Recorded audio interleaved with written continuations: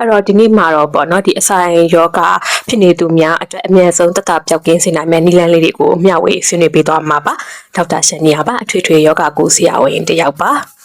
အဲ့တော့အစာယောဂဖြစ်နေတဲ့သူတွေဟာဆိုလို့ရှိရင်เนาะပထမအချက်အနေနဲ့ဆိုရင်တော့အစာအစာချင်းပုံမှန်အစာပေးရမှာပေါ့เนาะအဲ့တော့အစာလွန်သွားတဲ့အခါမှာဆိုလို့ရှိရင်အစာရင်းထဲမှာအဆစ်ထွက်တာတွေကိုဖြစ်စေပြီးတော့မှအစာယောဂကိုပို့ပြီးဆိုးရွားစေနိုင်ပါတယ်နောက်တစ်ချက်အနေနဲ့ဆိုရင်တော့ရှောင်ရမယ့်အစာအသောက်တွေပေါ့เนาะအဲ့တော့ဘယ်အစာအသောက်တွေရှောင်ရမလဲဆိုလို့ရှိရင်တော့အပူဆက်ကိုအဓိကရှောင်ရမယ်နောက်ပြီးတဲ့အခါမှာဆိုရင်တော့ကော်ဖီလက်ဖေးရည်ကိုရှောင်ရမယ်ပြီးတော့မာတဲ့အစာအသောက်တွေကောင်းခြင်းကိုရှောင်ရှားပေးရမှာပဲဖြစ်ပါတယ်နောက်ပြီးတော့အရက်ဘီယာနဲ့အကိုက်ခဲပျောက်ဆေးတွေကိုလည်းအတက်နိုင်ဆုံးရှောင်ရှားပေးရမှာပဲဖြစ်ပါတယ်နောက်တစ်ချက်အနေနဲ့ဆိုလို့ရှိရင်တော့ပေါ့နော်အစာကိုနည်းနည်းစီနဲ့ခဏ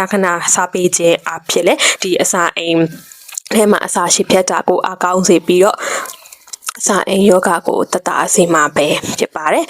နောက်ဒီမှုအရင်အဲ့တော့မိမိဟာနိုကရအရန် stress များတတ်တယ်လို့စိတ်ဖိစီးမှုများတတ်တယ်လို့ဆိုလို့ရှိရင်လည်းဒီစိတ်ဖိစီးမှုများတဲ့အခါမှာဆိုလို့ရှိရင်အစာအိမ်ထဲမှာအဆစ်ထွက်တာများပြီးတော့အစာယောဂကိုပိုဆိုးစေနိုင်ပါတယ်အဲ့အတွက်ကြောင့်မို့လို့ဒီပေါ့နော်စိတ်ဖိစီးမှုကိုအဓိကရှော့ချပေးခြင်းအဖြစ်လဲအစာယောဂကိုအမြဲဆုံးသက်သာစေနိုင်မှာပဲဖြစ်ပါတယ်